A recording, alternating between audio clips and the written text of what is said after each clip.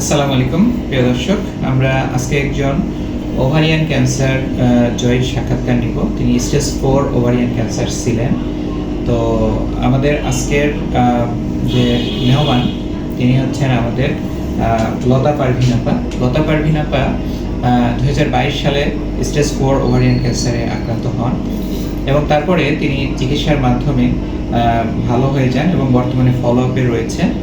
এবং ফলো আপের পরেও তার রিপোর্ট এবং তার শারীরিক ক্লিনিক্যাল কন্ডিশন কোনোটাতে আমরা তার শরীরে আর ক্যান্সারের কোনো উপস্থিতি পাই নাই। আমরা আজকে আপনার কাছ থেকেই শুনবো তার ক্যান্সার জয় নিয়ে। আসসালামু আলাইকুম। ওয়ালাইকুম আসসালাম। আপা, আপনি এখন কেমন আছেন? আলহামদুলিল্লাহ, অনেক ভালো আছি ইনশাআল্লাহ। আপনি যখন প্রথমে ক্যান্সার হলো আপনার শুনলেন, তখন আপনার অবস্থা কেমন ছিল? সেটা তো খুবই খারাপ লাগার কথা, এটা তো স্বাভাবিকই। তবে আমি মনের কাছে আমার একটা বিশ্বাস ছিল যে ইনশাআল্লাহ আমি ভালো হয়ে যাব। এটাই আমার সব থেকে মনের বিশ্বাস ছিল। আমি সবসময় আল্লাহর কাছে করছি, প্রার্থনা করছি আল্লাহর কাছে। আল্লাহর উপর আমার পুরোপুরি বিশ্বাস ছিল এবং আমি খুব সাহসের সাথে থাকতাম এবং সবসময় নামাজ কালাম করেছি, আল্লাহর উপরই করছি এবং চিকিৎসার উপর খুবই রাখেছি। তারপরে এটাই আল্লাহর রহমতে ইনশাল্লাহ আমি সব কিছুতেই এখন ভালো ফিল করি, করি। টুকটাক সমস্যা এটা নিয়মিত চেক আপে আছি, এইটাই ভালো রেজাল্ট পাচ্ছি।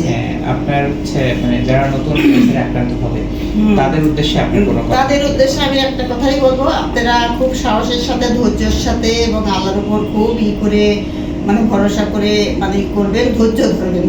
কথা আর খাওয়া দাওয়াটা সব থেকে, খাওয়া দাওয়া খুব করবেন। খাবার না খাওয়াতে পারলেও জোর করে খাইতে হবে, শরীরের রক্তটা করতে হবে, সব কিছুর দিকে খুব খেয়াল রাখতে হবে। এটাই আপনার হতাশ হবেন না, হতাশের এখানেই নেই, ধৈর্য ধরতে হবে। আল্লাহর উপর সবসময় ধৈর্যের সাথে করবেন, ভয়ের কিছু নেই। ধন্যবাদ আপা, অনেক সুন্দর সুন্দর কথা বলেছে যে হতাশ হওয়া যাবে না। একজন ক্যান্সার যোদ্ধার মুখ থেকে আমরা এই কথাটা শুনলে আসলে আমরা অনেক অনুপ্রেরণা পাই। তো লতা পারভিন আপা তিনি একজন ক্যান্সার জয়ী, তার সাথে সবসময় তার সাথে যিনি সহায়তা করছেন তার মেয়ে। আমি তাকে উদ্দেশ্যে কিছু বলতে বলবো, সবার উদ্দেশ্যে কিছু বলবো। আসসালামু আলাইকুম, আমি শ্রদ্ধা শর্মী। তো আম্মুর যখন ফার্স্ট ক্যান্সার হয় আম্মু 2022-তে, তখন আমি ক্লাস 10-এ মাত্র। তখন আমার জন্য নিউ ছিল, আমি অতটাও বুঝতে পারি নাই যে আম্মুর আসলে কি হয়েছে। তারপরে যখন আস্তে আস্তে বোঝা স্টার্ট করি তখন জিনিসগুলো অনেক টাফ ছিল আমার জন্য।